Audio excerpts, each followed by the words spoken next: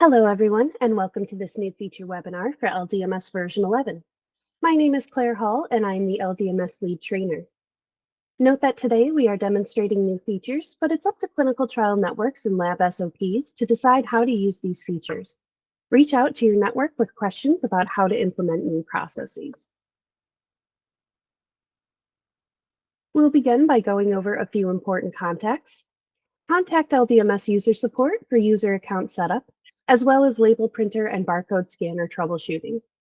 You can contact them by calling 716-834-0900, extension 7311, by emailing ldmshelp@frontierscience.org, or by going to the contact page on ldms.org. You can contact the LDMS training team for project-specific training or monthly introductory training webinars. You can contact the training team by emailing ldms.training@frontierscience.org.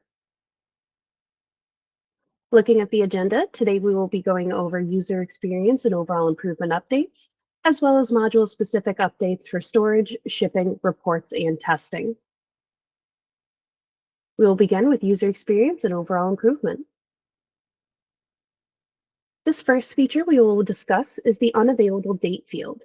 This is a free text field where you can set when a specimen becomes unavailable. That is, whether it has been destroyed or has departed the lab. This can be seen at the primary and aliquot level, in specimen filters, on condition code pop-ups, on storage delete pop-ups, and in the custom reports builder. This unavailable date field will be auto-set. However, there will be scenarios where it can be changed at will.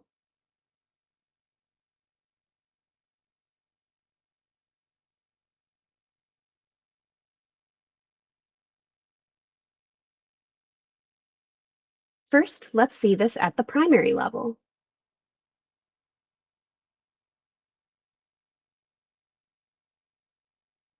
Oops, wrong button. We just want to hit edit. Okay. Let's pick a different one. Here we are. So here we can see that the checkbox for if the specimen available is checked and the unavailable date field is inactive. If I uncheck this, saying that the specimen is unavailable, the unavailable date field becomes active and I can set that date. Now let's look at this at the aliquot level. Once again, we can see that that available box is checked and the unavailable date field is inactive. When I uncheck this box saying that the specimen is no longer available, the unavailable date field will become active. Now, if we turn our attention to these filters on the left-hand side of the screen, and we go to specimen filters,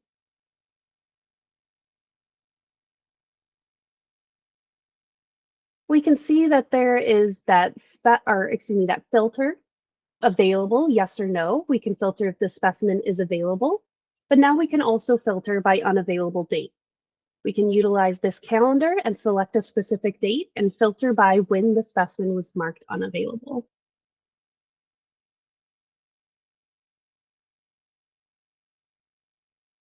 Now we are going to go to stored samples.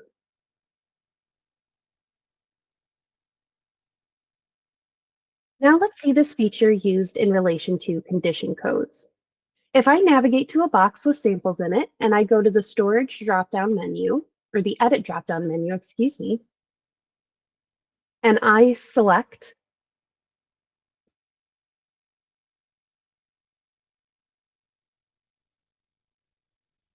set condition code,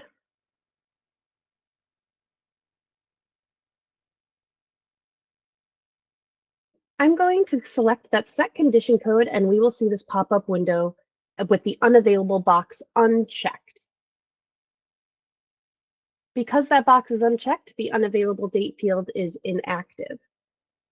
If I set the specimen condition code to destroyed,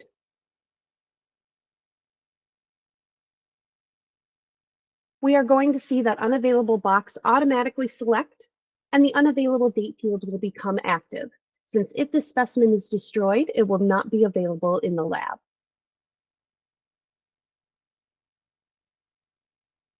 This field is also going to be seen when deleting an item in the storage tray.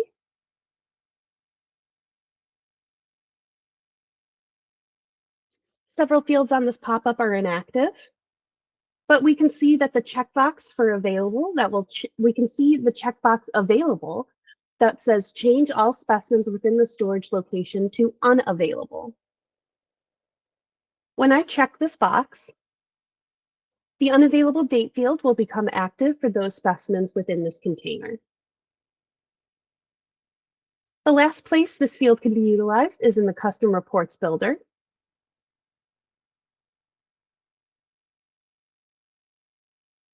If I scroll down, we can see unavailable date is an option to utilize when building a custom report.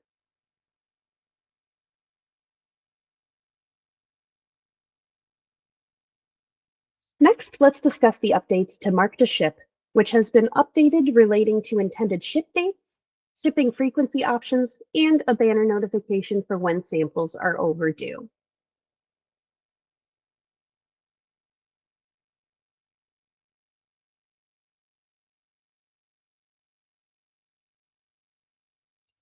We want to go to specimen management.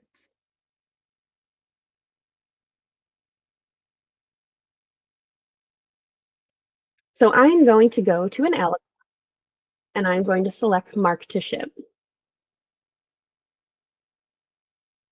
So on the pop-up window that appears, there is a checkbox to mark this specimen to ship, and the remaining fields are inactive. This Mark to Ship feature is available in specimen management as well as here in storage.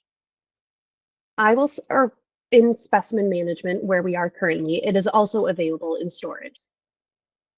I will click the checkbox for Mark to Ship, and now the other fields will be active. So now there are two different ways the ship date can be calculated. You can first look at the intended ship category, and we can see these shipping frequency options include 3 months, 6 months, annually, batched, monthly, next day, other, and weekly. Selecting a specific frequency will calculate the ship date for you. I will select weekly, and we can see the text underneath that box changed, and it said if intended ship date is left blank, the shipping category will initialize to February 18th, 2025. Now looking at the next option, I can also use this calendar and choose the specific intended ship date. I'm going to select a ship date that has already passed, and I will check that box to make sure that it will remind me if things are overdue. I am doing this so that I will get that banner warning at the top of the page. So I'm going to click Save, and that banner warning pops up when you log in. So I'm going to change labs and log back in. And now we can see that warning banner at the top of the page that warns us that we may have specimens that are overdue for shipment.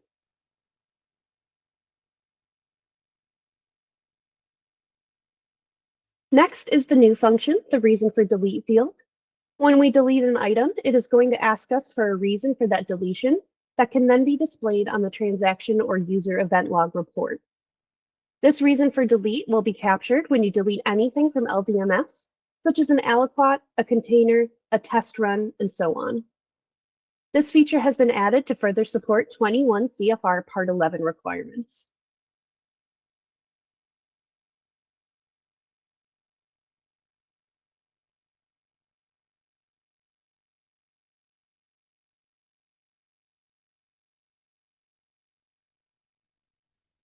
We are going to go to an aliquot and we are going to select delete. Oh, looks like we can't delete this aliquot. Let's try again. Here we are, we can delete this aliquot. So I'm going to select delete on the pop-up window that appears.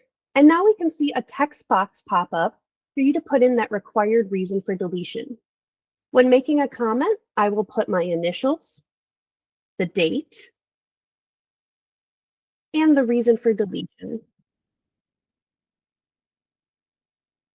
I will then click OK. And we can see that that aliquot has deleted. For another example, let's go to the storage tree. And when I attempt to delete a storage container, let's find an empty container. Here we are.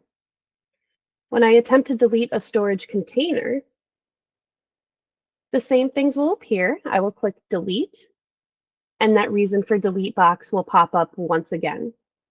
Again, this will be required now when deleting anything in the LDMS. So for best practice, I'll put in my initials and the reason for deletion.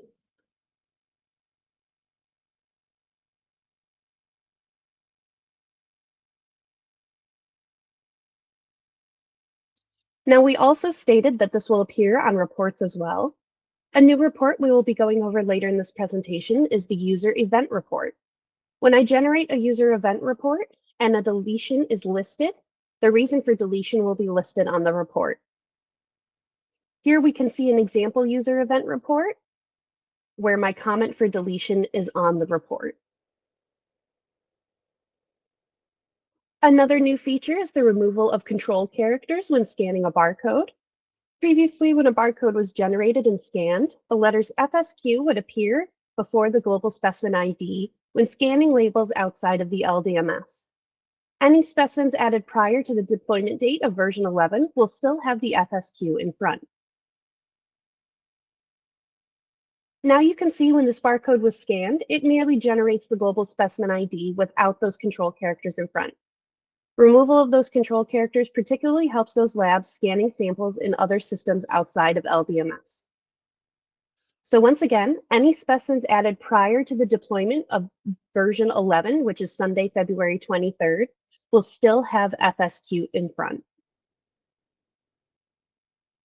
Next, we are going to discuss storage. The storage module has several enhancements.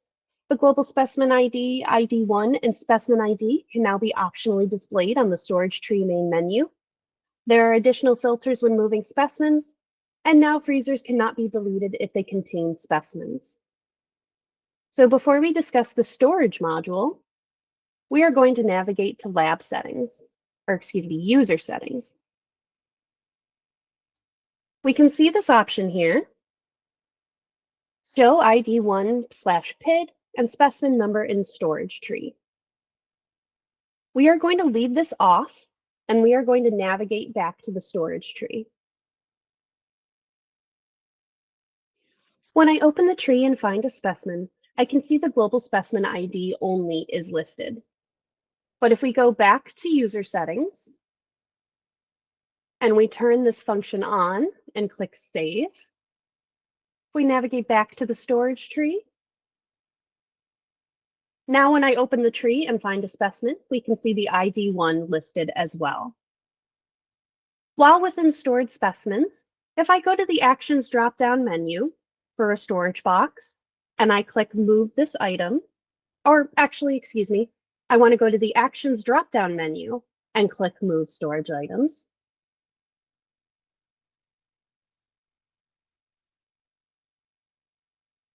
In the pop-up that appears, we see there is now the option to filter when moving specimens.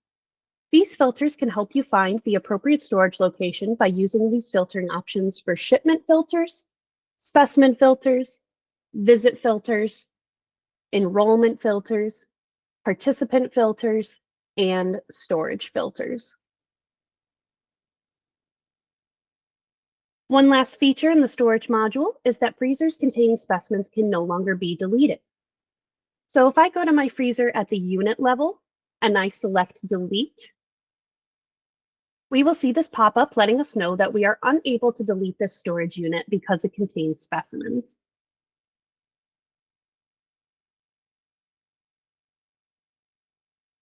Next, let's discuss shipping. Updates to the shipping container configuration include that positions can now be manually updated in an outgoing shipping box, and users can override the import as is configuration when importing samples.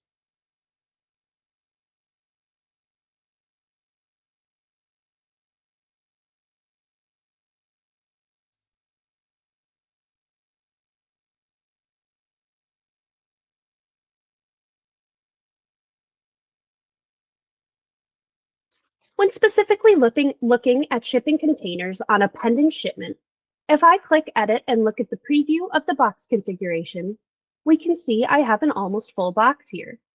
But let's say I need to remove one specimen from the box. Previously, if removing a sample, that would mean all other samples needed to be shifted within the box. However, now when I click a sample's position, I am now shown these options to replace the specimen with another, remove the specimen and leave the positions empty, remove the specimen and shift other specimens to fill empty positions, and shift specimens to create an empty position. If I select Remove Specimen and leave position empty and click Confirm, I have now merely removed that sample from the box and all other samples around it have remained untouched.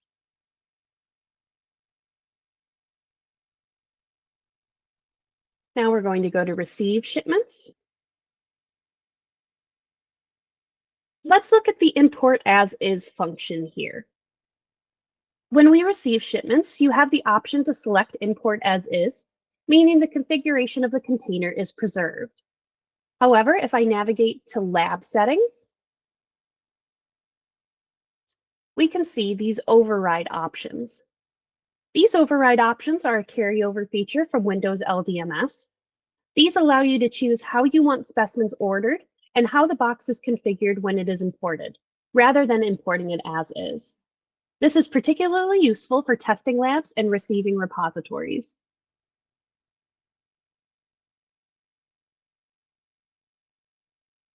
Now let's discuss QA/QC.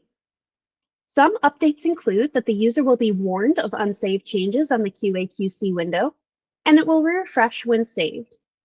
There is also now the option to print labels from this window as well. If I complete QA/QC on a couple specimens, and instead of saving, I exit out, this warning message will appear telling me I have unsaved changes made. But now, if I complete some QA/QC and I click Save, this confirmation message will appear and the page will refresh once saved.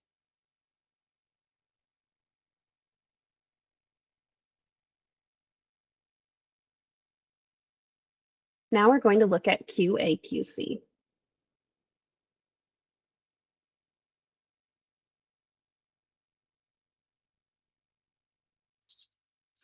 One other feature in this section that we will discuss is the option for printing labels from the QA/QC window. We can see this button here in the upper corner of the window. Labels can be reprinted from this screen in instances where labs are having difficulty scanning existing labels.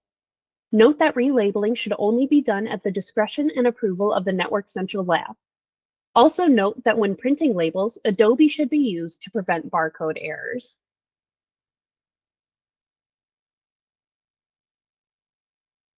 Next, let's discuss test results. Updates to the test results module include that you can edit the other specimen ID from pending test results, and you can set condition codes from the test results as well. So we are going to navigate to test results. First, I'm going to look at this test run 33. If I click Edit and navigate to the Results tab,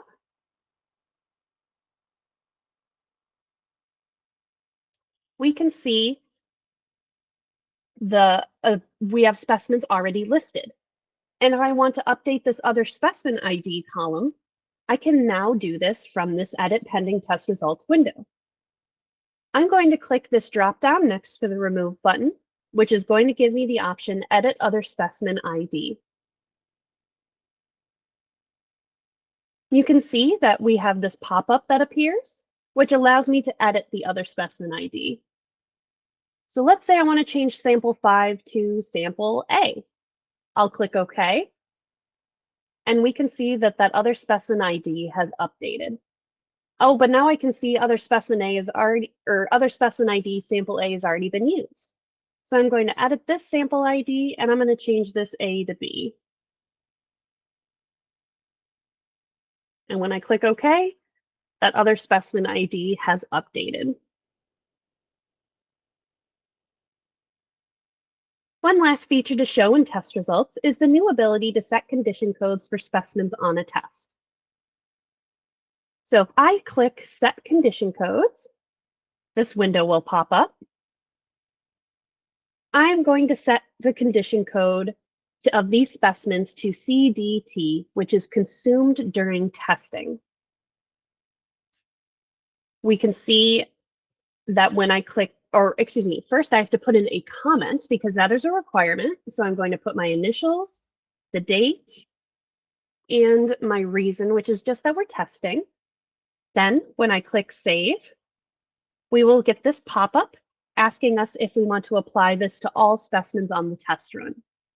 When I click Yes, when I click Yes, this is supposed to change the condition code to CDT for all the specimens on the test run, but as you can see, we got an error message, which we will work through.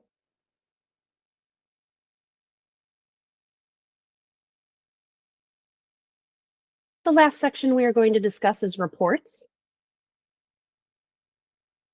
So now we are going to navigate to standard reports, which includes a user event log, and global specimen IDs can be updated for any standard report now as well. So we're going to go to reports and go to standard reports. Now, if I choose a standard report,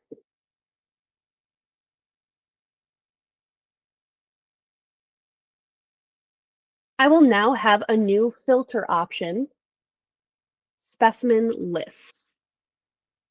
When I choose this filter criteria, I will have the option to upload a CSV file of unique specimen IDs. We can see the file uploaded, and now when I generate the report,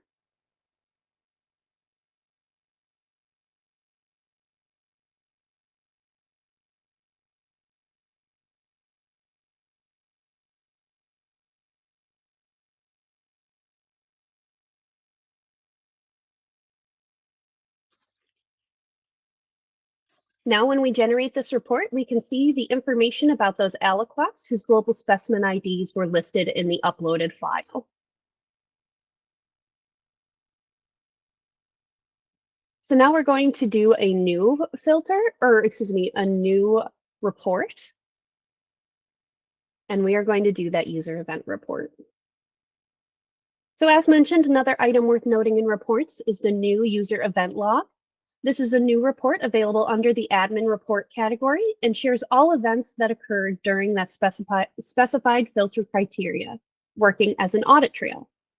It tracks when the user signs in and signs out, in addition to other items such as transaction ID range. If more detail is desired on certain events, you can cross-reference this report with the transactional report. So now let's generate that report.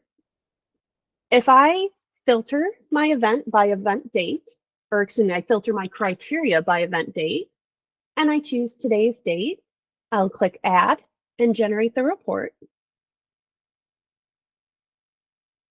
We can see this report shows us every event that has occurred today. We can also see that reason column going back to that reason for deletion option that is now a part of this. We can see my reason for deletions listed here back when I deleted some items.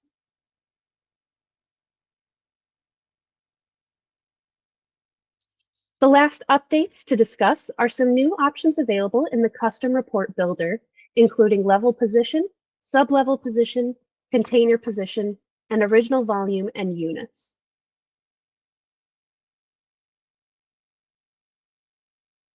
So we are going to the custom reports builder, and we are going to look at those new features. I have a few selections made that will allow this report to reflect the storage tree. I have selected storage unit, global specimen ID, level, level position, sub-level, sub-level position, container, container position, and specimen position. Now I am going to have storage unit highlighted so I can enter selection criteria. We can see storage container as an option. So I'm going to select the storage unit. And we will see the storage unit in this inactive box. Now, when I click Preview,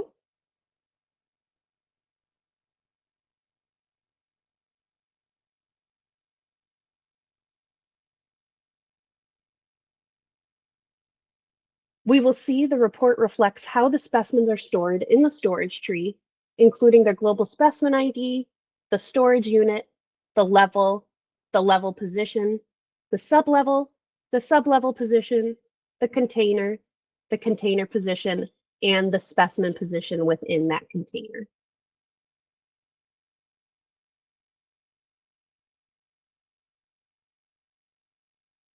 Some other new selections to highlight in the custom report builder include the original volume and original volume unit. We can see now we have selected the global specimen ID, the original volume, and the original volume units. And for comparison, we have added available volume units, if the item is available, and if not, what the unavailable date is. So we can see that we already have our selection criteria selected. We would have selected ID1. Here we are. ID1 for that selection criteria and put in the value. So we are going to hit preview. So when I preview this report, we will see all selected information from the specimens used today, including the global specimen ID, the original volume and units, the available volume and units, if this item is available, and if not, what the unavailable date is.